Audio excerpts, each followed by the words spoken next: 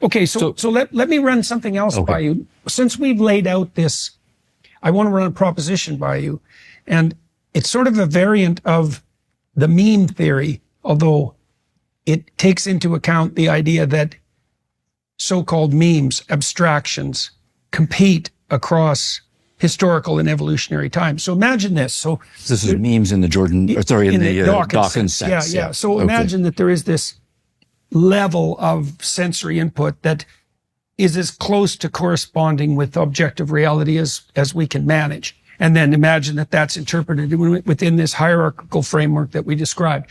Levels of abstraction that rise up to ineffability, essentially. That would be something like the meaning of the fact that you hit the table in this particular context, right?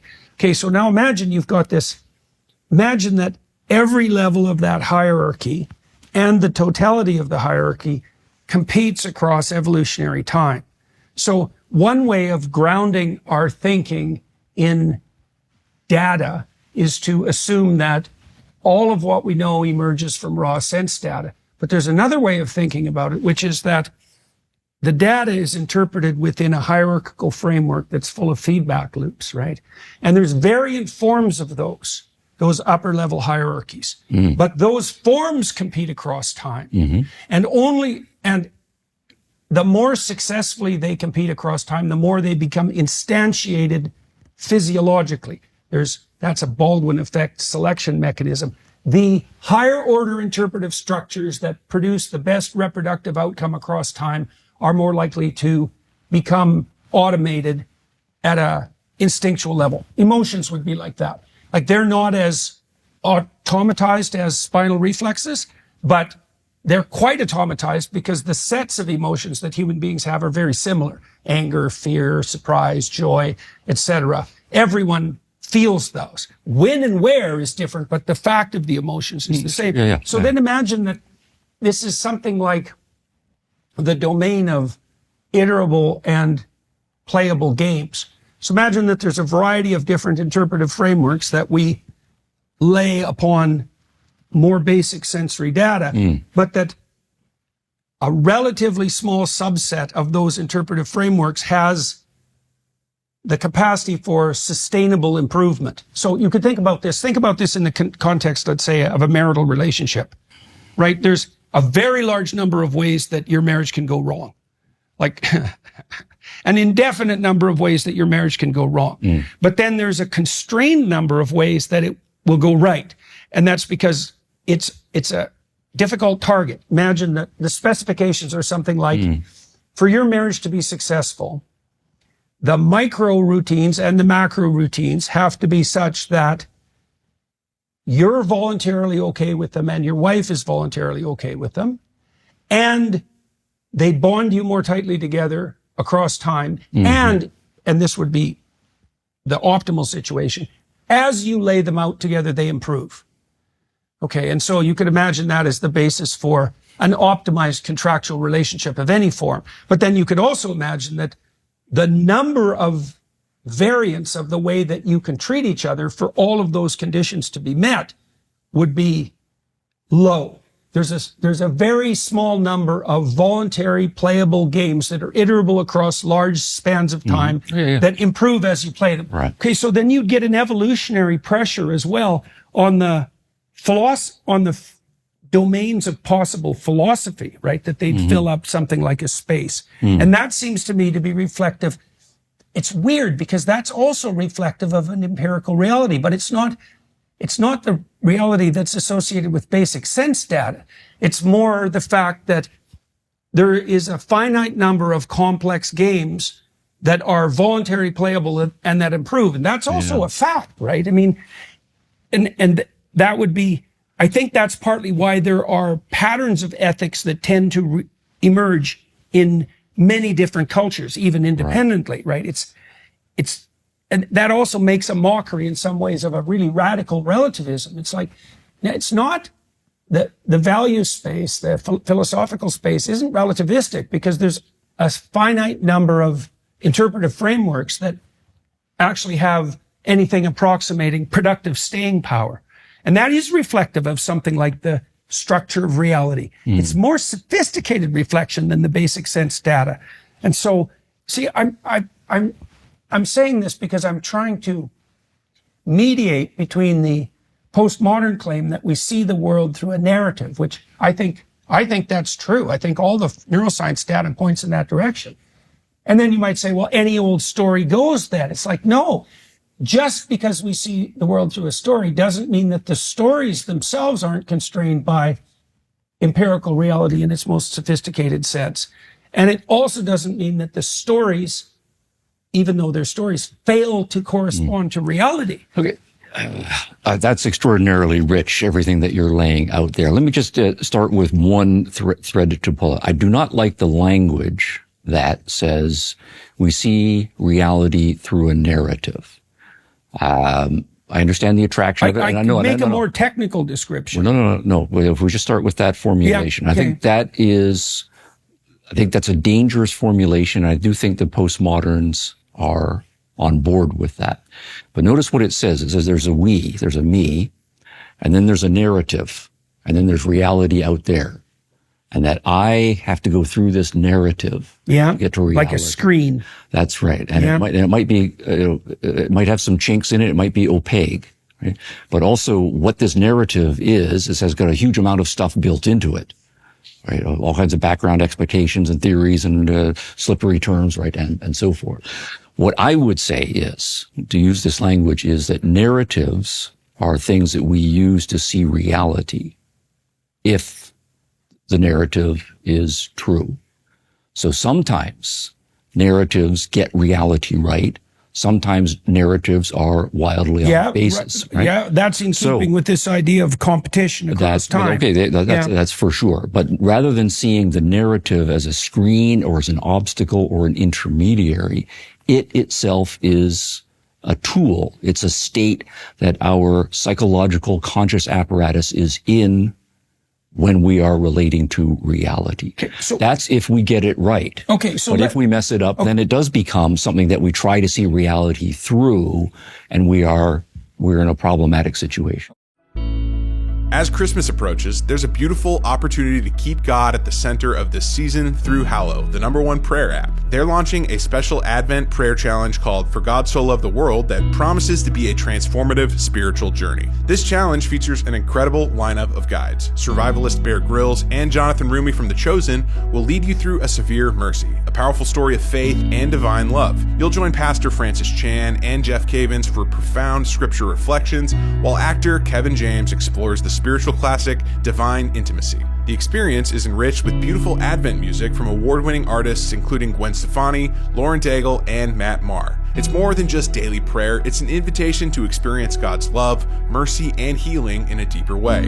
Don't wait. Get 3 months of Hallow free at hallow.com/Jordan. Make this a time of putting God at the center and experience the good that comes from it. That's hallow.com/Jordan for 3 months free. Okay, so let me reformulate the description. Okay. And then let's see if that rectifies that problem. And then let's see where we can go with that problem, because I'll object to your objection and see where that goes. So I would say a narrative is a description of the structure through which we see the world, right? That's a different claim. So because it's not a narrative until I tell it to But then you've dropped reality out of the picture. Well, that's exactly why I want to have this discussion, because I don't want it. I think it's very dangerous.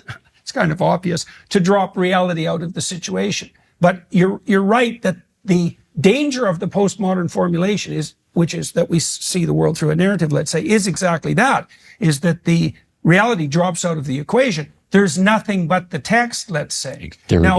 Like if there's a competition between narratives for their functionality, let's say, reproductive and otherwise, that would go some way to addressing that problem, because there'd be a Darwinian competition between narrative structures that would prioritize some over others.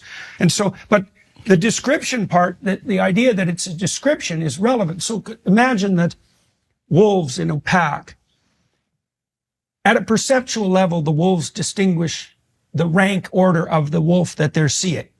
And they do that extremely rapidly. Highly social animals are unbelievably good at that. And so the story of the dominance, the story of the hierarchy of the wolves is implicit in the perception of the wolves. And if you describe that, it's a story, but it's not a story before it's described. It's whatever a story is before it's described. Right. It seems to me like it's something like the weights in a neural network, returning to that idea, is that there are certain facts, let's say, that present themselves to us that are much more heavily weighted. And that's axiomatic. It's built into the system. And those would be facts, imagine, that evoke emotional response very rapidly. They're weighted, and that weighting has a biological element and a cultural element. Now, that's not a story. But if you describe that, that's what a story is. The scientist who's studying the wolves is creating a story. That's right. No, that's not right. creating. I want to say constructing a story. Yes. But it's a story about something that's not happening, mediated through stories in the wolves. Yes, right. For the wolves, it's a pattern of behavior and a pattern of perception. Yes. It's not so imagine this is when you go to see a movie, you take on the weighting, the value structure of the protagonist. Now, human beings are very good at that. Like, we look at each other's eyes and we see what people are attending to, and we watch their patterns of attention, and we infer their valuation and their motivation. We're unbelievably good at that. And that's what you're doing when you're going to a movie. We watch how the protagonist prioritizes his attention and his action, what his priorities are. And you infer from that the perceptual structure that, well, that's the question. Does it bring some facts to light and make others irrelevant? And if so, is it a screen? Like, most of the world we don't see. Most of the world is screened out from our perception. Some of that's biomechanical. I can't see behind my head, but some of it is, I'm looking at you, so I can't see the faces of the cameramen right now, right? So that's a choice that's dependent on my determination of how to focus my attention. Now, the fact that I'm prioritizing you, I can see your face, I'm using the foveal center of my vision, and I can't see these guys because they're in my periphery. That's kind of like a screen, right? The place where it's most open is this central point of vision. Over here, it's obscured, and over here, it's just gone completely. So now, you objected to my characterization because you said, observer, screen, reality, and you didn't like the proposition of the intermediary screen. Yes. And I know the screening idea isn't exactly right. But on the counter side, we have this problem. Some things are central to our perception and other things are peripheral. And that's dependent on our values and our patterns of attention and our actions. So, well, I'm curious about what you think about that. Well, I think you're putting two kinds of examples out on the table. They're going to be related. I think the first one where we are looking at a human being, say an actor on a screen, right, putting ourselves in that person's shoes and reading all sorts of things. Reading the world.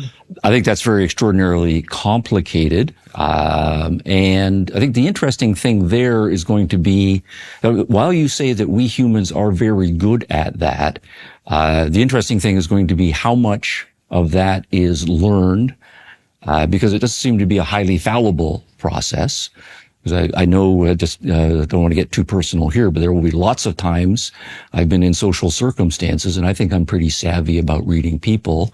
But I'll be with my wife, and she will say, after we've had a conversation with someone, boy, did you notice how upset that person was about blah blah blah? Women and their interpersonal perception. Okay, so there may be sex gender differences. Yeah, they're better at reading nonverbal behavior. That are going on, but also at the same, it's not to say that I couldn't learn how to do that. Yeah. So when we say people are very good at that, I think that's true, but we still have to epistemologically unpack everything that goes into what makes us good at being able to do that. And I think that's going to be a very, very sophisticated story. But then the other example takes us back to perceptual cases where you're talking about, are you looking at me or me looking at you, and we're also aware that we're in a room, that there are other people in the room who are filling and so on. But getting right down to issues of, if I choose to focus right on one thing, then it is true that everything else goes pales by comparison. Yeah, that's right. And pales is metaphorical. So if we're going to try to then unpack the metaphor, I think we would say we focus and unfocus, and then we can give descriptors of what the state of unfocus is and what the state of focus is. And I would prefer using that language to the language of screen, because screen really is something that is in the way. It's a thing itself. That's another obstacle. Right. So if it's so how about if there's a dressing screen between the two of us and I'm undressing for privacy, right? The whole idea of the screen is that it's blocking. Right. So the metaphor is too simple. That would be different from, and I think a better metaphor would be to say to filter. And I think sometimes our sensory apparatuses are engaging in filter. They're just attending to some things and not attending to other things. Yeah. But a filter is different from a screen. Okay, so also just to stay on this one issue here, the issue of focus and unfocus, I think it's not a filter.